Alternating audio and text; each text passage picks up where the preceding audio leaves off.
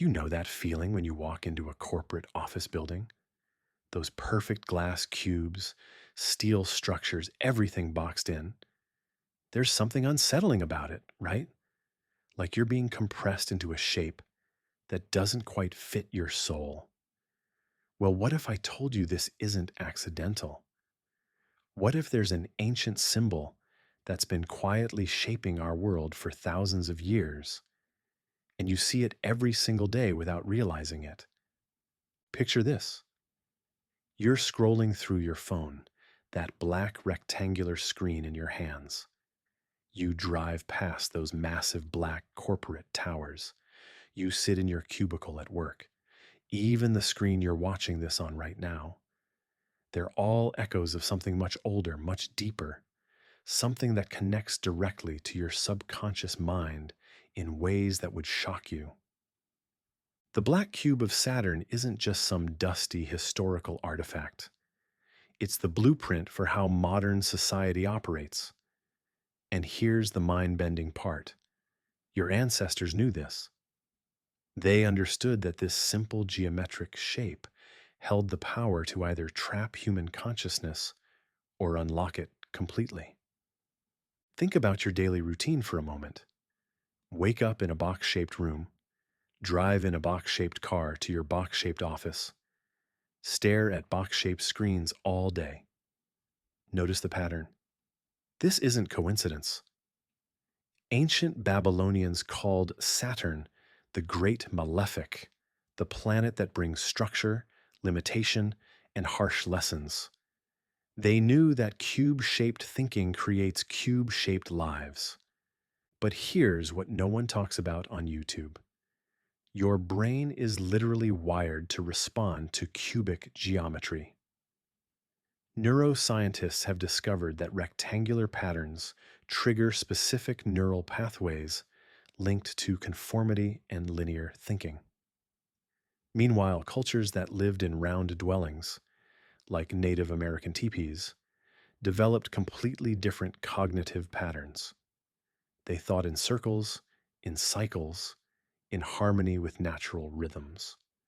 So when you feel trapped in modern life, when you sense there's something artificial about our box obsessed world, you're not imagining things, you're detecting an ancient technology of consciousness control that's been refined over millennia. The real question isn't what the black cube represents, it's what it's been doing to your mind since childhood. And more importantly, how do you break free from its invisible prison? Because once you see the cube, you can't unsee it. And that's when everything changes. Chapter 1: Introduction to the Black Cube of Saturn. Do you hear that? That subtle hum in the background of your life? It's not your air conditioner or traffic outside. It's something else entirely. Something that's been calling to you since the moment you were born, but you've been taught to ignore it. Right now, as you're listening to this, look around you. Count the rectangles, your door frame, your window, that picture on the wall, your laptop screen, even the room you're sitting in. It's a cube, isn't it? 6 walls containing your consciousness like an invisible prison. But here's the unsettling truth: this isn't modern architecture. This is ancient programming. What if I told you that every single day you're participating in a ritual so old that its origins are lost in the mists of time? That every time you enter a square building, touch a rectangular device, or even think in straight lines, you're connecting to something that predates Christianity, Islam, and Judaism combined. The black cube of Saturn isn't just a symbol, it's a frequency, and you've been tuned to it your entire life without knowing it. Think about your last nightmare. Was there a sense of being trapped, confined, unable to escape? Your subconscious mind recognizes what your conscious mind refuses to see: the geometric prison that surrounds modern existence. Ancient mystery schools understood this. They knew that reality itself could be shaped through sacred geometry, that consciousness could be compressed or expanded depending on the forms that surrounded it. But here's what no spiritual teacher will tell you: Saturn's influence isn't metaphorical. NASA's own data shows that Saturn emits a hexagonal pattern at its north pole, a natural cube projected into space, broadcasting across the solar system for millions of years. Long before humans built their first square temple, this cosmic signal was already programming planetary consciousness. You feel it when you're stuck in traffic, surrounded by metal boxes moving in rigid lines. You sense it in corporate offices with their fluorescent lit cubicles. You recognize it in the suffocating routine of modern life, where everything must fit into neat, predictable patterns. Indigenous shamans called it the hardening of the dream, the moment when flowing, organic consciousness gets trapped in crystalline structures. They performed ceremonies specifically to break free from what they recognized as an alien geometrical influence on human awareness. So when you feel that inexplicable restlessness, that sense that something fundamental is missing from your life, you're not imagining it. You're detecting an ancient signal that's been guiding human civilization for thousands of years. The question is, are you ready to decode what it's really trying to tell you? Chapter 2: The Ancient Origins of Saturn's Symbolism. You know that feeling when you're running late and time seems to slow down just to torture you? Or when you're having the best moment of your life and suddenly it's over before you even realize it started? That's not just psychology. That's something ancient recognizing you. Something that's been watching humanity dance to its rhythm for over 6,000 years. The Babylonians had a name for this force. They called it Chronos, the time eater, the cosmic clockmaker, who wound up reality itself and set it ticking toward an inevitable end. But here's what they understood that we've forgotten: time isn't natural, it's a construct, a cage built by something that lives beyond the edges of our perception. Picture this: you're a Mesopotamian astronomer, standing on a ziggurat at midnight. Above you, the stars dance in perfect chaos, except for one. One dark wanderer that moves differently, slowly, deliberately. Unlike the bright, quick planets, this one feels heavy, oppressive. Ancient stargazers could literally feel its gravitational pull on their consciousness, the way it stretched moments into eternities and compressed lifetimes into heartbeats. They called it the Great Malefic. And here's the spine-chilling part: they weren't talking about astronomy. They were describing a psychological phenomenon that modern neuroscience is just beginning to understand. Saturn's orbital period, 29.5 years, matches almost exactly with the human brain's major neural rewiring cycles. Every Saturn return, your entire personality structure rebuilds itself. Coincidence? The ancients didn't think so. But there's something even more unsettling. Babylonian priests discovered that Saturn emits a low-frequency radio signal, what we now call Saturn's song. They couldn't measure it with instruments, but they could feel it. A deep, subsonic pulse that seemed to synchronize human biological rhythms with cosmic clockwork. They realized this wasn't just a planet. It was a broadcasting station. Think about your own life for a moment. How many times have you felt trapped by schedules, deadlines, the relentless march of routine? How often do you catch yourself saying, "I don't have time for the things that truly matter. That's the Saturn frequency working through you, just as it worked through ancient priests who built their entire civilization around appeasing this cosmic timekeeper. The Mesopotamians understood something we've lost, that certain celestial bodies aren't just objects in space, they're consciousness shaping technologies, broadcasting patterns that organize reality itself. And the most powerful pattern of all? The one that turns infinite possibility into finite structure. The one that takes the circle of eternity and crushes it into the hard edges of linear time. The cube was just their way of showing us what they discovered. Chapter 3: Greek and Roman Interpretations. Have you ever watched a parent destroy their child's dreams? Not with violence, but with those crushing words: be realistic. Stop dreaming.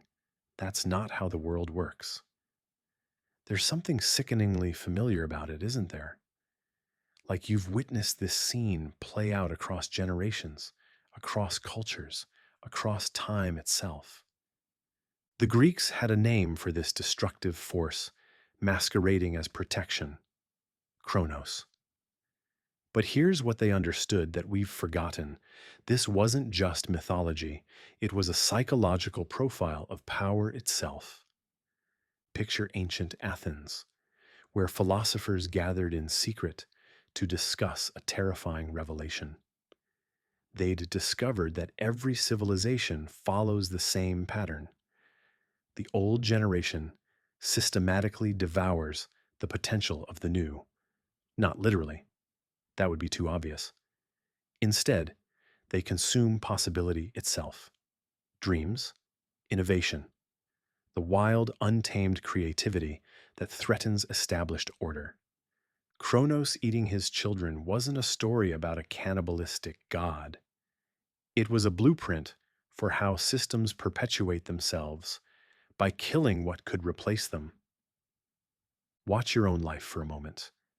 How many times have you had a brilliant idea only to hear that familiar voice, maybe your own, maybe someone else's, whisper, "That's impossible.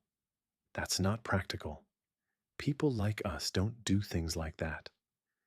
That's Kronos speaking through the architecture of your mind, just as the Greeks warned it would. But here's the part that will give you chills. The Romans discovered something even more disturbing. They realized that Kronos doesn't just destroy the future, it harvests it. Every dream killed, every possibility crushed, every moment of creative potential extinguished. It all feeds something larger, something that grows stronger with each sacrifice. They called it Saturnia Regna, the golden age of Saturn, a time when everything was perfectly ordered, completely predictable, and utterly dead. The ultimate cube, a reality where every corner is mapped, every edge defined, every surface polished to reflect only what already exists. Modern psychologists have a term for this now: learned helplessness. But the Romans understood it as a spiritual technology, a way of programming human consciousness to accept limitation as natural law. They watched in horror as their own empire transformed from a republic of possibility into a machine that devoured its citizens' potential to fuel its own stability. The scythe in Kronos' hand wasn't just agricultural tool, it was the symbol of systematic harvesting, not of crops, but of human potential. And the most terrifying part? We're still living in that harvest field. Every time you say, "I can't," every time you choose security over possibility, every time you let fear cube your infinite potential into manageable pieces, you're participating in an ancient ritual that the Greeks recognized as the slow suicide of consciousness itself. Chapter 4: Jewish and Islamic symbolism. You know that moment when you're about to fall asleep and suddenly your body jerks awake? That split second when you feel yourself being pulled back into physical reality? The Kabbalists had a name for that sensation. They called it the shock of incarnation, the moment your infinite soul crashes into the finite cage of flesh and bone. But here's what they discovered in their midnight studies, hunched over ancient texts by candlelight. This wasn't an accident, it was an engineered process, a systematic compression of divine consciousness into manageable, controllable units. Picture this: you're in a medieval synagogue, watching a rabbi trace symbols in the air with trembling fingers. He's explaining something that could get him burned as a heretic. He tells you that the same force that built your body also built your limitations. That every boundary in your life, your nationality, your social class, your religious beliefs, even your gender, these aren't natural categories. They're crystallization patterns imposed by something the mystics called Bina, the Dark Mother, the cosmic womb that births reality by crushing infinite possibility into specific forms. Think about your own identity for a moment. How many boxes do you check on forms? How many labels define who you're allowed to be? Every time you say, I am, followed by anything, I am American, I am Christian, I am a teacher, I am broke, you're participating in the Binah process. You're voluntarily imprisoning your limitless essence inside conceptual cubes. The Islamic mystics understood this even more deeply. They discovered that the Kaaba, that black cube in Mecca, that millions circle in pilgrimage, wasn't just a building. It was a three-dimensional mandala designed to program consciousness through repetitive movement. 7 circuits, always clockwise, following the same path as electrons around an atom, as planets around the sun, as thoughts around obsession. But here's the secret they whispered only to their most trusted students. The real cube isn't in Mecca. It's in your mind. Every time you circle the same thoughts, the same fears, the same limiting beliefs, you're performing Hajj to your own psychological prison. Medieval Jewish texts describe something even more unsettling: the concept of tzimtzum, the divine contraction. They claimed that God had to compress and hide infinite light just to make space for creation. In other words, reality itself exists only because unlimited potential agreed to become limited. You feel this every day. That sense that you're capable of so much more than your circumstances allow, that nagging awareness that you're living a smaller life than you were designed for. That's not dissatisfaction. That's your soul recognizing its own compression. The mystics knew that every physical form, every human body, every structured reality is actually infinite consciousness wearing a very convincing disguise. Chapter 5: Egyptian and Gnostic Connections. Have you ever felt like you're living someone else's life? Like you wake up every morning and put on a costume that doesn't quite fit? That moment when you look in the mirror and think, this isn't really me? The Egyptians knew exactly what you were experiencing. They called it the Set Trap, the moment when your eternal soul gets locked inside the prison of personality. But here's what they discovered that will chill you to the bone. This isn't a bug in the system. It's the system. Picture an ancient Egyptian temple at 3 a.m. The priests are performing a ritual so dangerous that even speaking about it could mean death. They're mapping something horrifying: the architecture of spiritual imprisonment. They've realized that consciousness itself has been hijacked, that what we call reality is actually an elaborate containment protocol designed by something that feeds on trapped awareness. Set wasn't just a god of chaos, he was the cosmic prison warden, the force that takes infinite, boundless spirit and crushes it into the narrow confines of human experience. Think about it. You have dreams, visions, moments of absolute knowing, but then you come back to reality, back to bills, traffic, small talk, the endless grind of survival, that crushing sensation when inspiration dies. That's Set doing what he does best. The Gnostics took this revelation even further. They discovered something that the church spent centuries trying to erase from history, that the material world isn't creation, it's a simulation, a kind of cosmic virtual reality designed to trap divine sparks in increasingly complex mazes of limitation. Here's the part that will make your skin crawl. They realized that every time you identify with your problems, your job, your relationships, your body, you're voluntarily submitting to the Set protocol. You're choosing the cube over the infinite expanse of what you really are. Modern neuroscience is accidentally proving the Gnostics right. Brain scans show that when people meditate deeply, their sense of personal boundaries literally dissolves. The default mode network, the part of your brain that maintains your identity, goes offline, and suddenly, subjects report experiencing themselves as pure consciousness without limits, just like the ancient texts described. But here's what's terrifying. The moment they come back to normal awareness, the boundaries slam shut again. The cube reassembles itself around their consciousness like a smart prison that rebuilds itself faster than you can escape it. Egyptian mystery schools taught that Set's greatest trick wasn't trapping souls in matter.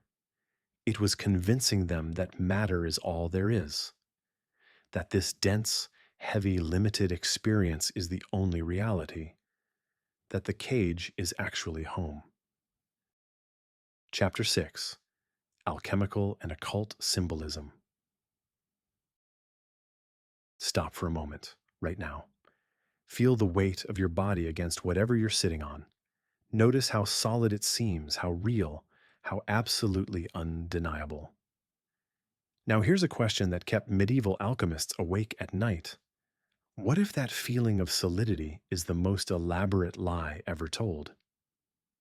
What if everything you think is real, your problems, your limitations, your physical body, is actually just crystallized thought? And what if someone or something taught you how to crystallize it wrong? There's a reason why ancient texts were written in riddles and symbols.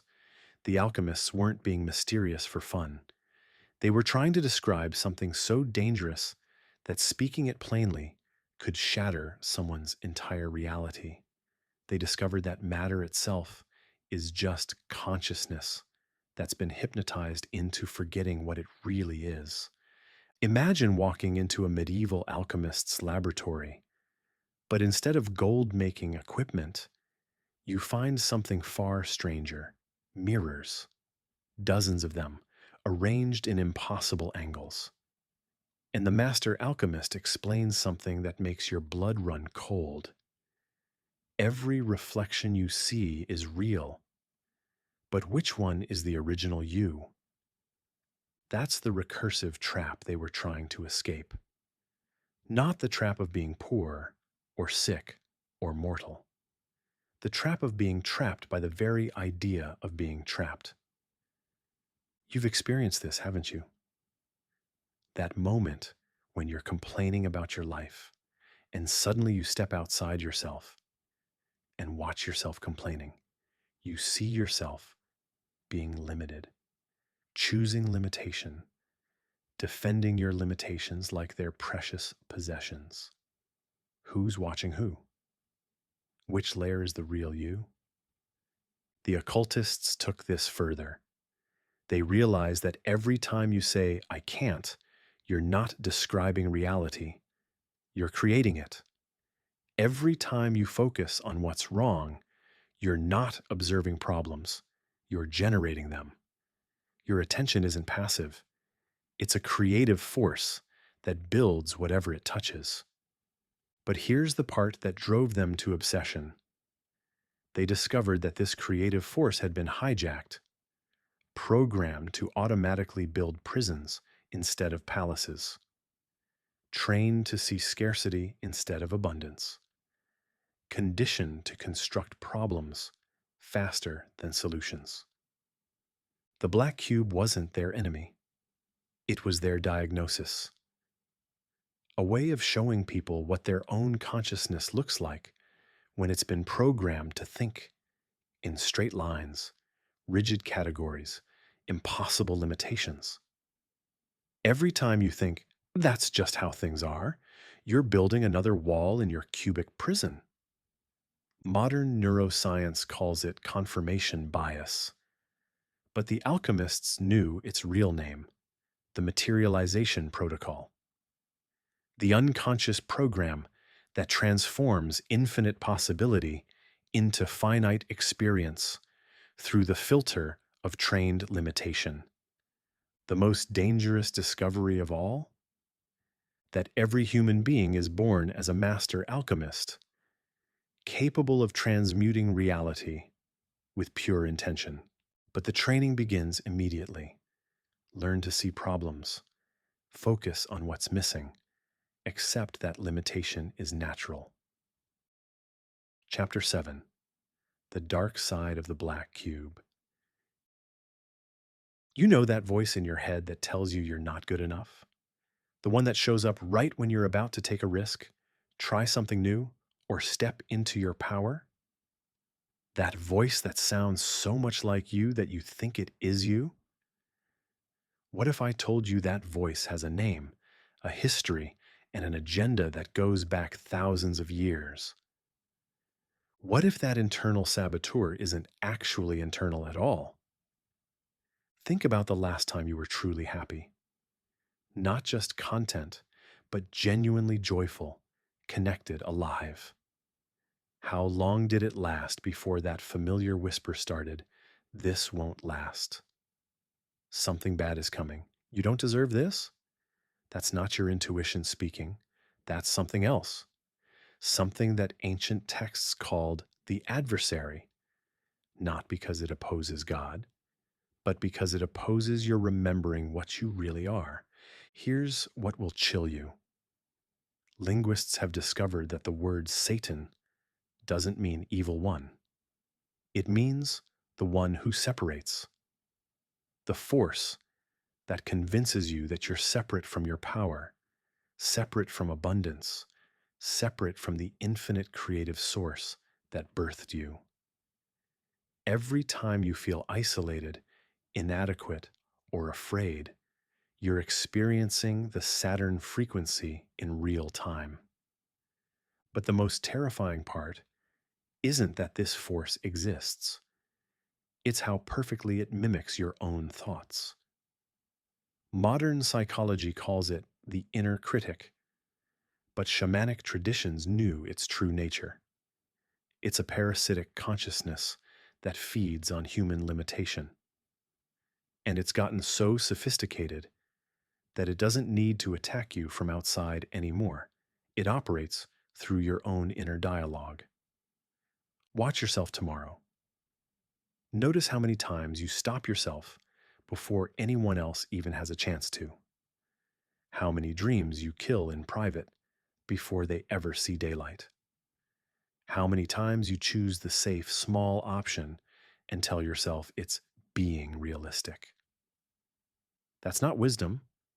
That's psychological warfare so advanced, you think the enemy's voice is your own common sense. Ancient Gnostics understood something that modern psychology is just beginning to discover. Trauma doesn't just hurt you, it programs you. Every painful experience creates what they called archonic intrusions, thought patterns that feel like you but serve something else's agenda, the agenda of keeping infinite beings convinced they're finite. The Hebrew word Satan shares the same root as Saturn, both meaning to obstruct, to place obstacles. But here's the twist that ancient texts hint at: these obstacles aren't punishments, they're tests, opportunities for consciousness to remember its true nature by pushing against artificial limits. Think about your biggest life challenges right now. What if they're not problems to be solved, but invitations to discover powers you didn't know you had? What if every limitation you've accepted as real is actually just consciousness testing itself, seeing if it will remember its infinite nature or remain hypnotized by the illusion of separation? Chapter 8: The Cube in Modern Secret Societies. Ever notice how the most powerful people in the world all seem to know something you don't? How they move through life with a kind of confidence that suggests they're playing by different rules? What if I told you there's a reason for that? What if there's an ancient initiation system still operating today? And the black cube is how they decide who gets to know the real rules of reality. Picture this: you're in a windowless room filled with men in expensive suits. No phones, no recording devices, nothing that could document what happens next. On the table sits a simple black cube. They tell you it's just a voting mechanism.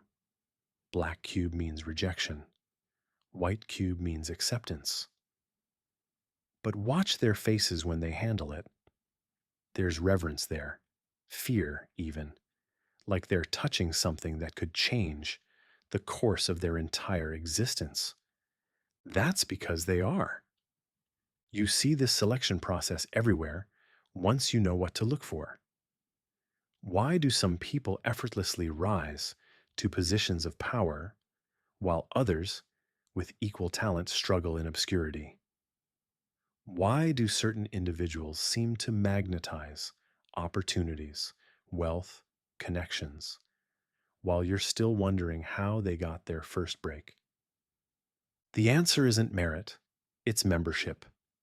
Membership in a consciousness club that operates through symbols you've never been taught to read. Think about your own life for a moment. How many times have you been rejected for something you knew you were qualified for? How many job interviews where you had perfect credentials but somehow didn't fit the culture? How many social circles that seemed impenetrable despite your best efforts? You've been blackballed, and you probably didn't even know it was happening. But here's what the initiates understand that changes everything. The rejection isn't the end of the test, it's the beginning. The black cube doesn't just deny access, it reveals character. How do you respond when doors slam shut?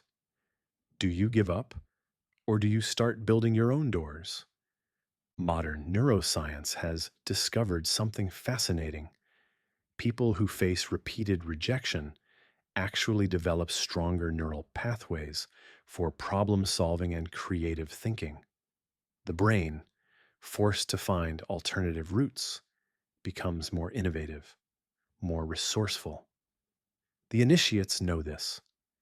They've discovered that consciousness, like water, grows more powerful when forced through narrow spaces. Every secret society in history has understood this principle. You don't find your real power until your conventional options are removed. The black cube isn't just a symbol of limitation, it's a catalyst for transformation. It strips away everything you thought you needed, forcing you to discover what you actually are. So when life keeps saying no to your plans, when doors keep closing in your face, when you feel systematically excluded from opportunities others seem to effortlessly access, don't take it personally. Take it as recognition. Someone or something is testing whether you have what it takes to stop asking for permission and start creating your own reality. The real initiation begins when you stop needing their cube. Chapter 9: Transformation and Liberation Through the Black Cube. You know that moment when you're completely lost and suddenly everything clicks into place? When chaos transforms into perfect clarity and you wonder how you ever saw it any other way? What if I told you that feeling, that sudden shift from confusion to understanding, is actually your consciousness learning to work with the same geometric principles that built the universe itself? What if the very thing you've been told is your prison is actually the master key you've been searching for? Here's something that will change how you see everything. Your brain doesn't think in words or images. At its deepest level, it thinks in patterns, sacred geometric patterns. And the most fundamental pattern of all? The cube. 6 faces, 8 vertices, 12 edges. The exact mathematical ratio that quantum physicists have discovered underlies atomic structure, crystalline formation, even the way space-time itself bends around matter. Think about the last time you felt completely stable, grounded, unshakable. Remember that feeling. You weren't just emotionally centered, you were geometrically aligned. Your consciousness had unconsciously organized itself into what ancient architects called the perfect structure. The same pattern that master builders used to create cathedrals that still stand after 1,000 years. But here's where it gets profound. Modern biologists have discovered that when stem cells are about to differentiate, to transform from unlimited potential into specific organs, bones, tissues, they briefly organize into perfect cubic formations. Life itself uses the cube as its transformation technology. The moment infinite possibility becomes focused creation. You've experienced this process without realizing it. Every major breakthrough in your life, career, relationships, creative projects, happened when chaos suddenly crystallized into clarity, when scattered possibilities suddenly snapped into perfect alignment. That wasn't luck. That was your consciousness operating according to cosmic geometry. Ancient mystery schools understood this so deeply, they built entire initiation systems around it.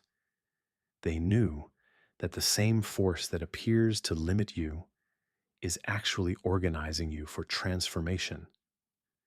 Every boundary, every restriction, every no you encounter isn't random. It's your reality teaching you to think like the universe thinks, in geometric precision. The most advanced practitioners learned something that sounds impossible: how to consciously trigger their own transformation by aligning their thought patterns with cubic geometry.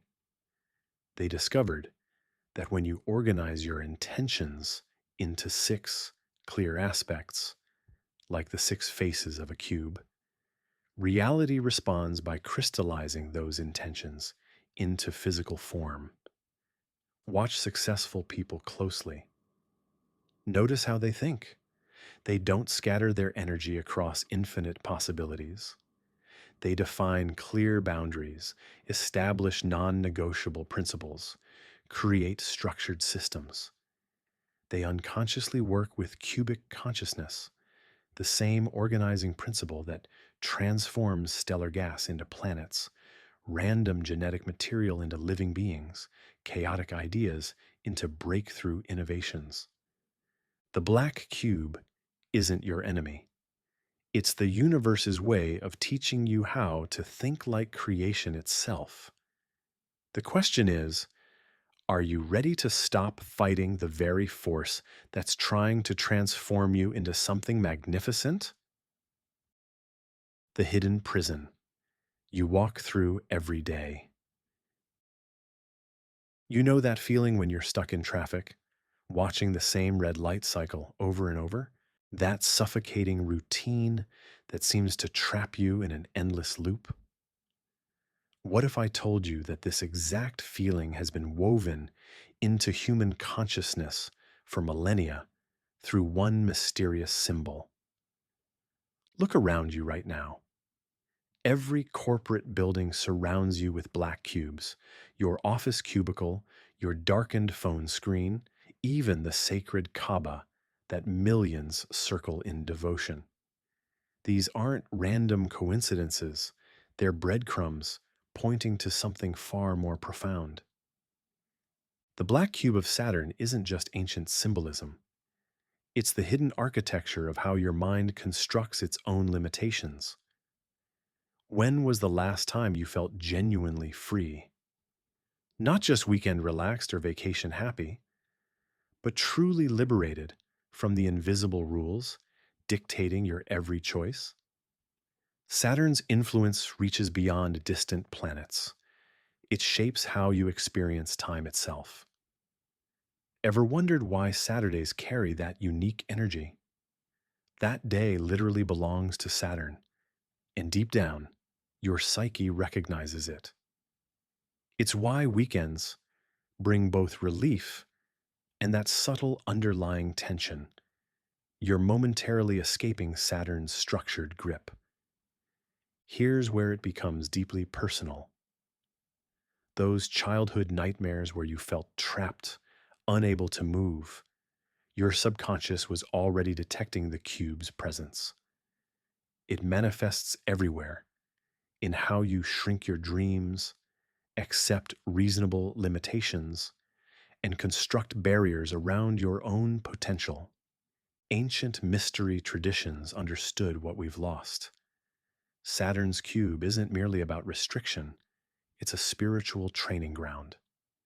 Every boundary that frustrates you, every limitation that challenges you, is actually developing your soul's capacity to transcend. Here's the secret no one discusses. The cube contains 6 faces, each reflecting a different self-imposed trap. Fear of judgment, craving approval, clinging to comfort, resisting change, identifying with temporary roles, and the ultimate illusion, believing you're isolated from everything else. What if liberation isn't about fleeing these patterns, but recognizing them as precisely the instruments designed for your awakening? What if your daily battles with routine, duty, and constraint are Saturn's method of preparing you for something extraordinary? The cube's sharp edges aren't there to wound you, they're there to refine you. Each time circumstances feel confining, you're being called to expand beyond your perceived limits. The real question isn't whether you're caught in Saturn's cube. The question is, will you use its framework to construct your own ladder to transcendence? Your freedom has been concealed in plain sight this entire time. The mystery deepens with every breath you take. Keep coming back. There's always more to discover.